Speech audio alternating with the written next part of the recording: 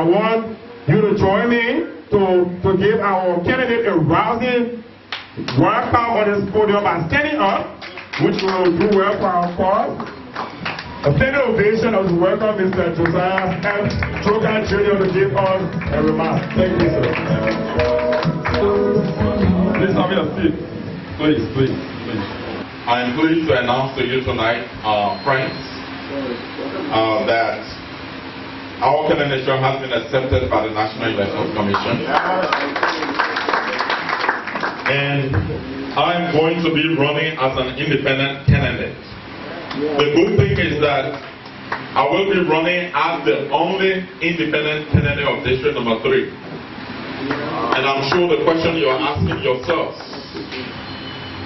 some of you will be monologuing right now, is that what makes it good?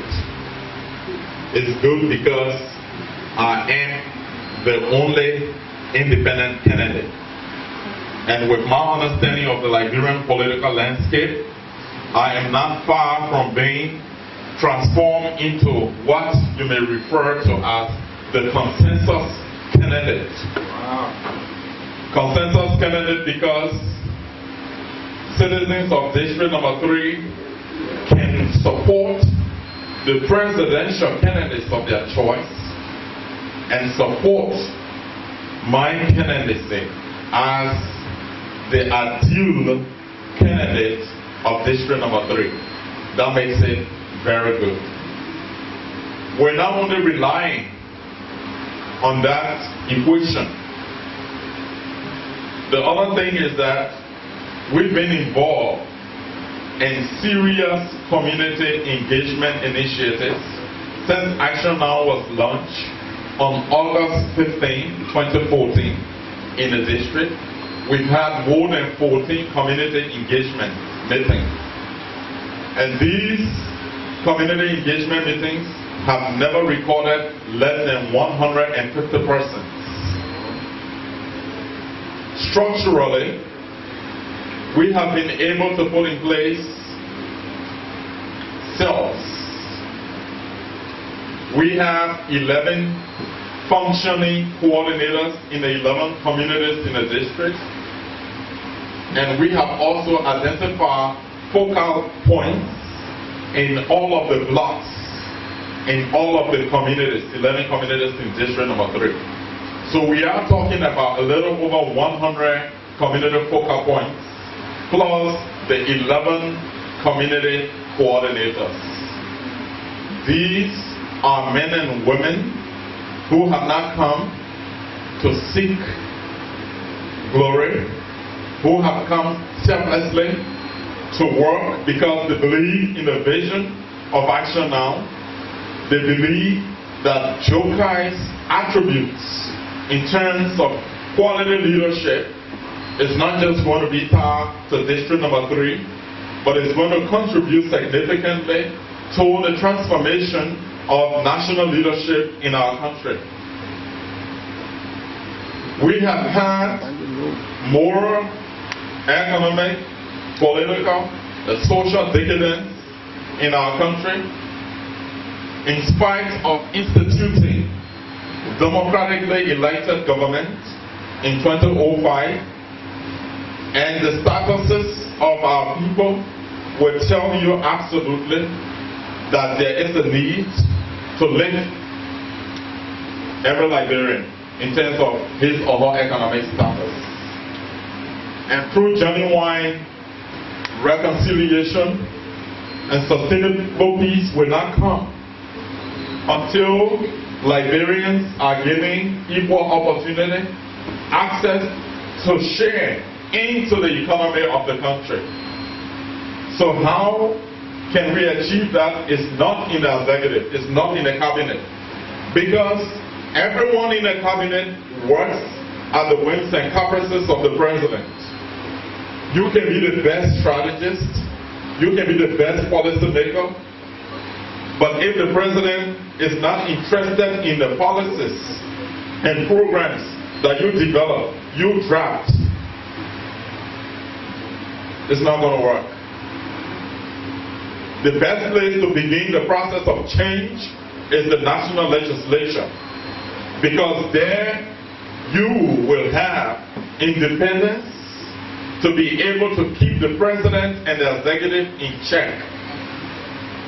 And to do that, you have to be someone who has been tested before, someone who has seen the envelope pass and has never been a partaker of the envelope. Yes. Someone who has looked in the face of power and said no when it was time to say no, and said yes when it was time to say yes. It has to be recorded in your track records over the last 10 or 15 years that you have been able to stand firm, to be stern in the decisions that you've made to contribute to the change, not only in our various institutions of governance, but in public life in general.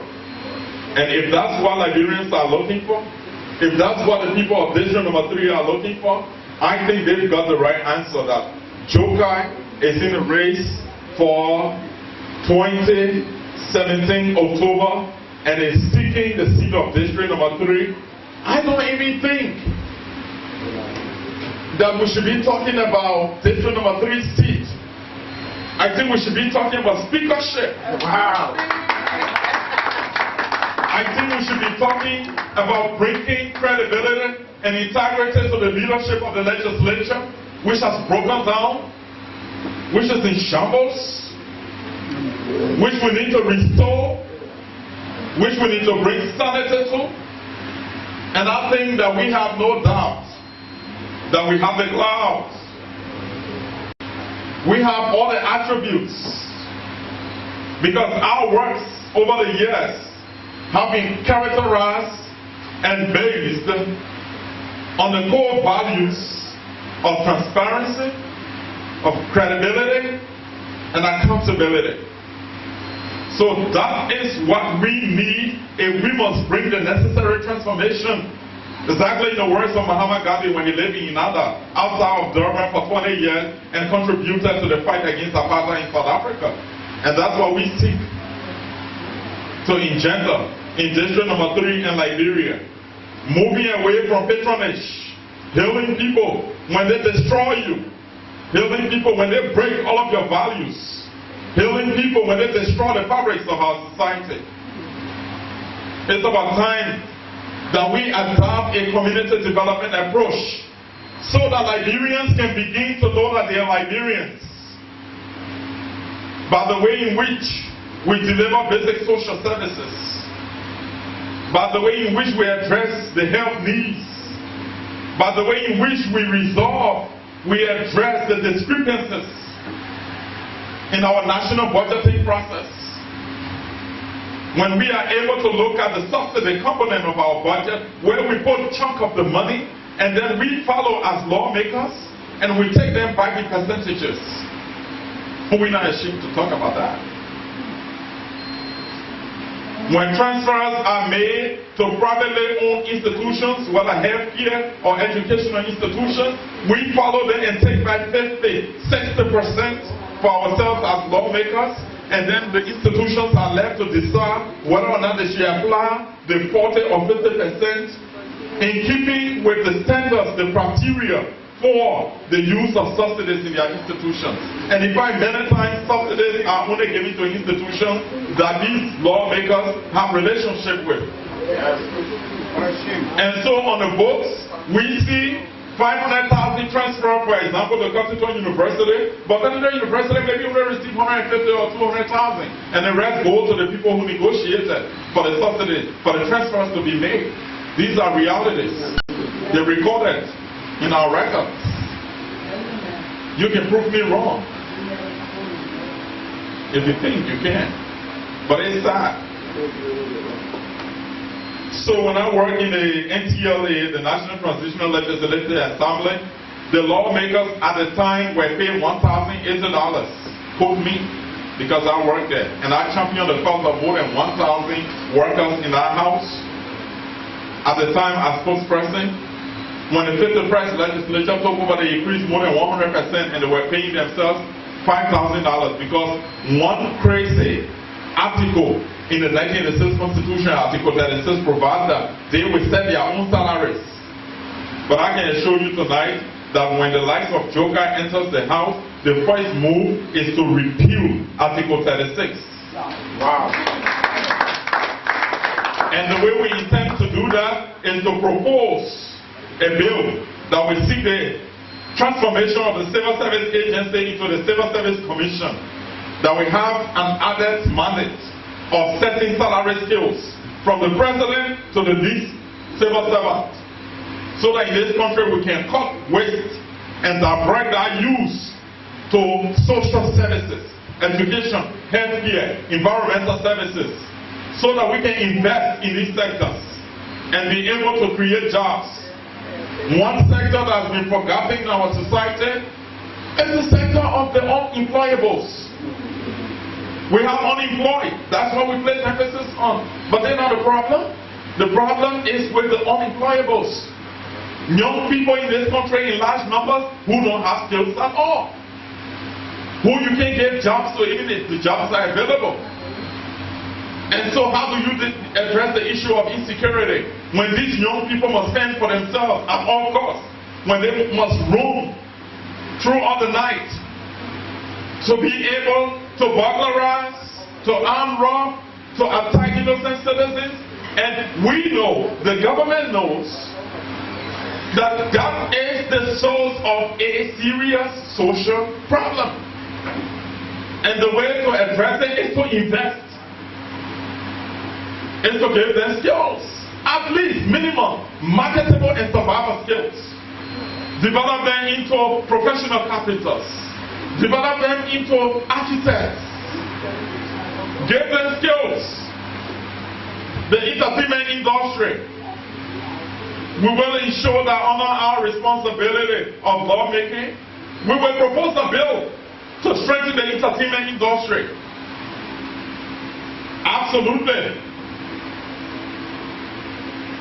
People like Flavor, he know better than the young people we have in Liberia with great talents and potentials. Timaya is not better than the group I'm supporting. I'm sponsoring SMB that have done the campaign song for Joekai'S. Flavor, Timaya, they're not better than them. They are now looking better because the government of Nigeria has invested so much in the entertainment industry and have been able to develop them, give them access. Those young people in Nigeria only need to go to Mastercraft, for example. So that all they need to do is to sing. And the rest is left with the industry. To develop them, to make their music, to sell them, to expose them to the rest of the world, and make them to become icons, even though they were almost useless in their society. It's possible here in Liberia. All we need to do is proper a bill to strengthen the entertainment industry so that our movie actors who are struggling can have the opportunity. We can create the platform. Our musicians can now become those professional musicians, professional actors who can become names in West Africa, in the whole of Africa, and in the world. We need to do that, invest in it.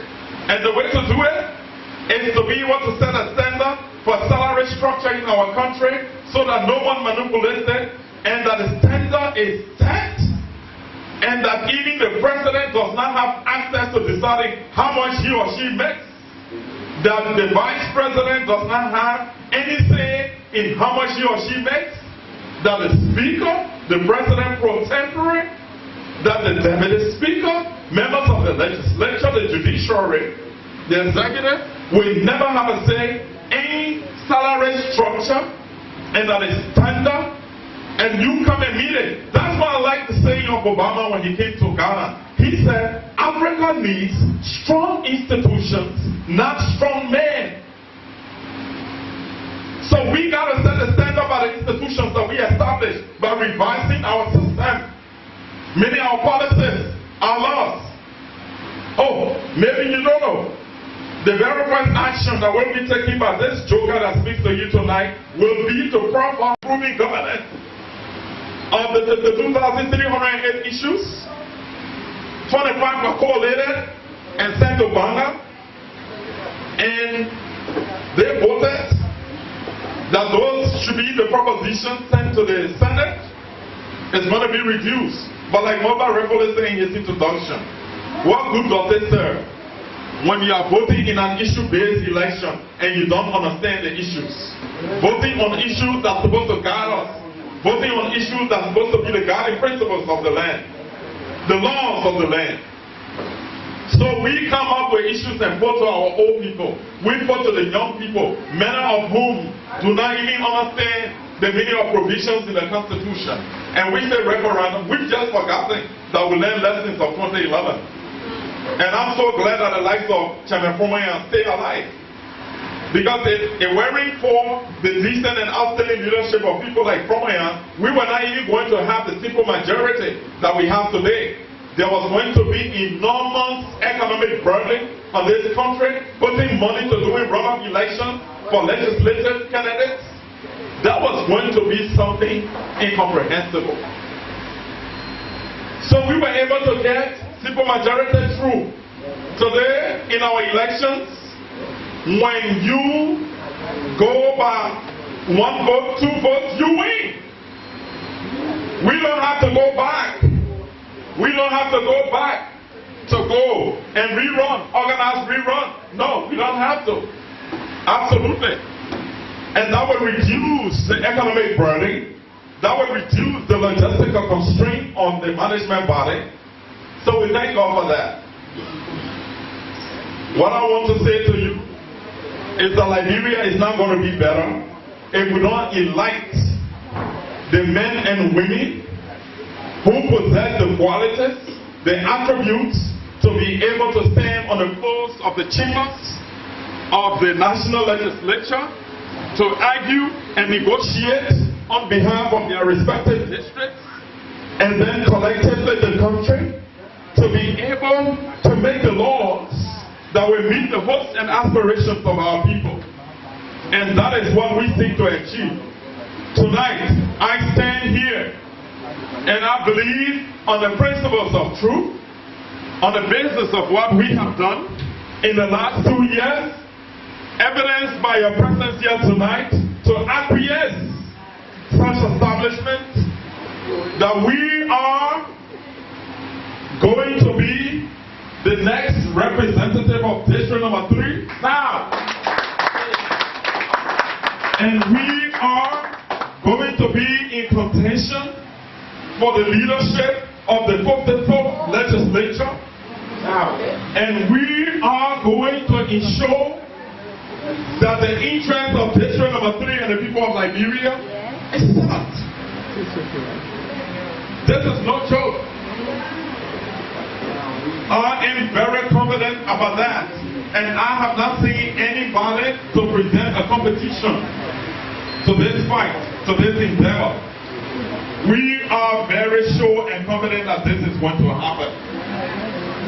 So the discrepancies in our budget will be addressed. I am not saying that as an individual will do it, but my negotiation skills, my communication skills and qualities, my experience over the years in the areas of governance and democracy, understanding of the workings of the legislature, and my international exposure, linking and connecting, networking in the sub-region and other parts of Africa and the rest of the world. We're beating our chest. Where is the pride? Where's the pride?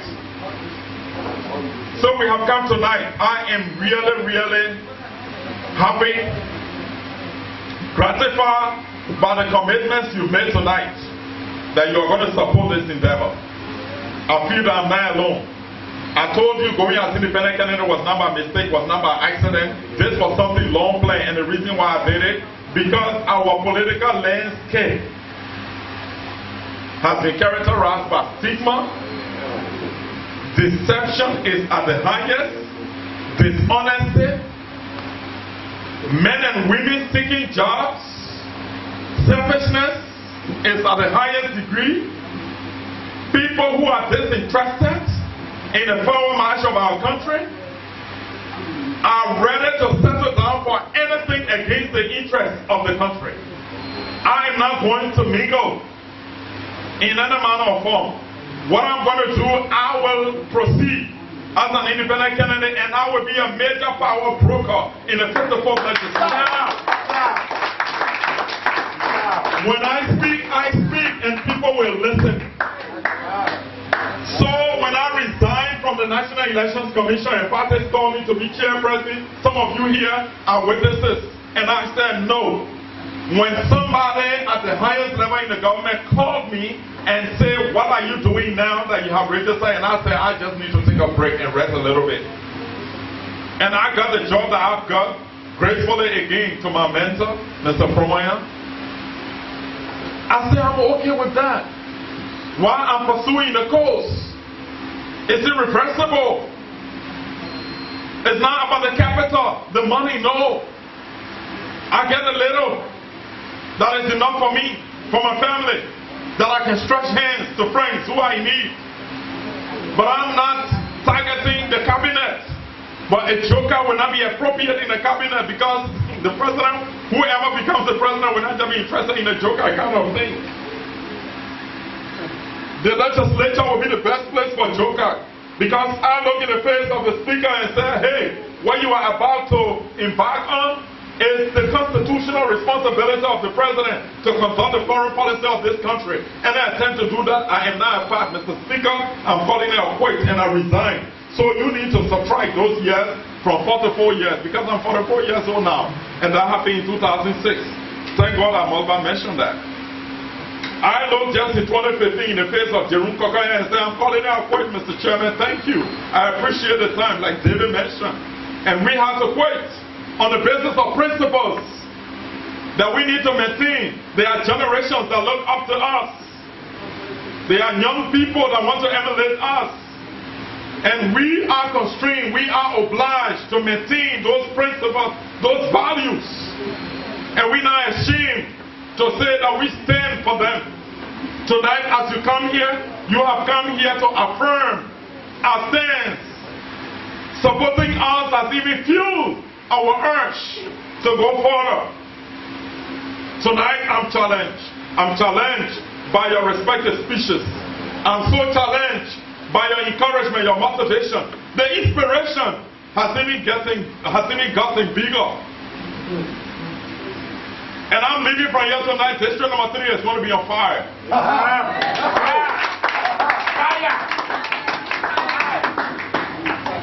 I'm told there are 50 candidates right now, and I'm the only independent candidate. I am the consensus candidate, and the people of District number 3 know that. And we're not going to stop the message. In fact, if you listen to our campaign song, my God, you will say already the campaign is done. I think you listen to the campaign referring to me as Coach. I'm an inspiration for many of the contestants in Monterrey. I go from district to district inspiring their teams. At their offices, they call me to go and talk to them to give them inspiration. Tuesday I will be at her office. I don't mind to do that. Because when people do that and call you to do that, because they believe in what you stand for. And they think that I can bring change, transformation, that can reinvigorate their teams. So we're really on fire. It's a network. What makes you think that because of the leadership that we have started providing already prior to being elected, that we cannot be the next speaker of the 54th legislature? Oh, somebody says to me, Joekai'S, be careful, and the person is in this room, so be careful. Probably the vice president will call you and say, you guys are from the city council, and so Joekai'S, please step down. No, I'm going as independent candidate. Right, or maybe somebody will call you and say, right, no, he is running on Unity Party ticket. Clear. I am running as an independent candidate. Clear. So I will not be going as speaker of Unity Party. I will be going as speaker. In fact, I think many of the political parties will be very clear, and you know, they will be good that I will be contesting the speakership. And I think it will be a walkthrough. Right. So, look, the deal is done, and I'm going back to district number 3 with a new message, and the message is that, hey, I have the support of Mr. Bala Kesali. I have the support of Mr. James Promoya. I have the support of Mr. Aaron Collins. I have the support of Mr. Molwa Yamba. I have the support of Siwa. I have the support of Mr. Papala. I have the support of Kasila Nobel. I have the support of Miyata Kawa. And I'm forgetting the daughter himself, Mr. his support. Fort O'Neill, I have your support. Mistress Cromwell, I have the support. When I stand and speak like I've done before, like I've inspired communities and young people, they will have no doubt to support, to follow us, because action now is a bigger vision. And as we sit in this room, I'm sure some of you are pondering, if not, struggling, what is this action now? Is it just a vehicle to take Joekai's to the capital? No. Your answer will be no. Action now, months from now, not year, after October, action now is going to be a bigger, if I may say. And maybe if we look at the comparative, superlative, bigger, is that correct? For the grammarian? Superlative is what, biggest? I'm correct. I'm not sure I'm making mistakes. You're right there, my friend. You're making mistakes. Right. The biggest development structure is going to be action now. Who doesn't want to be associated with action now? Commitment, with commitment and service. Nothing bigger, nothing less. And that's what we're into. And that's what we're going to support to the end. Tonight, I said to you, thank you. As you have come, you haven't come in vain. You have come to support a worthy cause. The Renaissance is now. The future is now. Change is now. District number 3 is a must. Liberia has seen and has experienced a leader on the horizon, and Liberians are obliged to make this dream a reality. Thank you.